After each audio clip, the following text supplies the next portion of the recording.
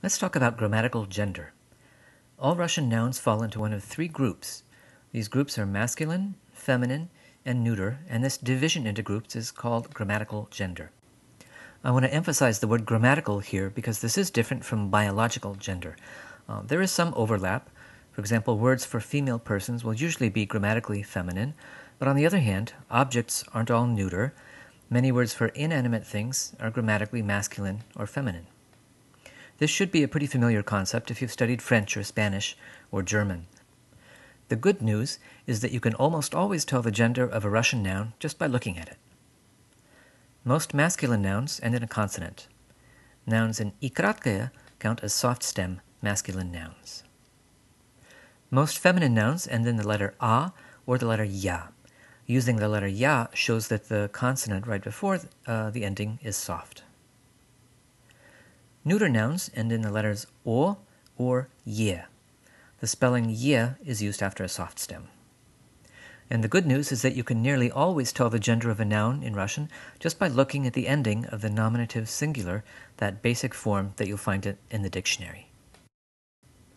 One important exception to this is a set of nouns referring to male persons that end in the letters A or Ya.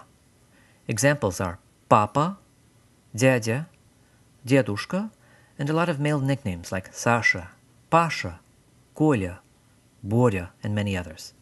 They look like they should be grammatically feminine, and later you'll learn that the nouns themselves take the same types of endings as feminine nouns, but adjectives that modify them will take masculine type endings.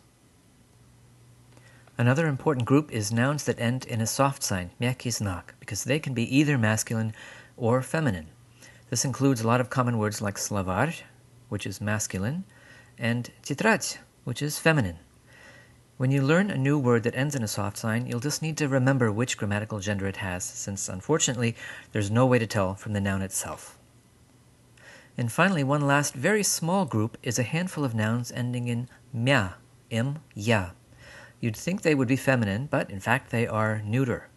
There's only 10 such words in the entire language, and there are two really important ones for beginners.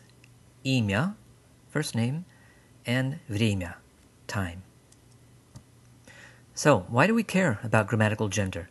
Well, you'll see later that adjectives and other modifiers must agree with the noun they modify. That is, there are masculine adjective endings to be used with masculine nouns, and feminine adjective endings to go with feminine nouns, and neuter adjective endings to go with neuter nouns. This notion of agreement is absolutely fundamental to Russian, so you want to be sure that you're clear on the concept of gender and how to tell which gender a noun is. Summing up, Russian has three grammatical genders: masculine, feminine, neuter. Most masculine nouns end in a hard consonant, or I kratkaya, but watch for male nicknames and a few nouns referring to male persons, like papa, dядя, and dedushka, also grammatically masculine despite the ending.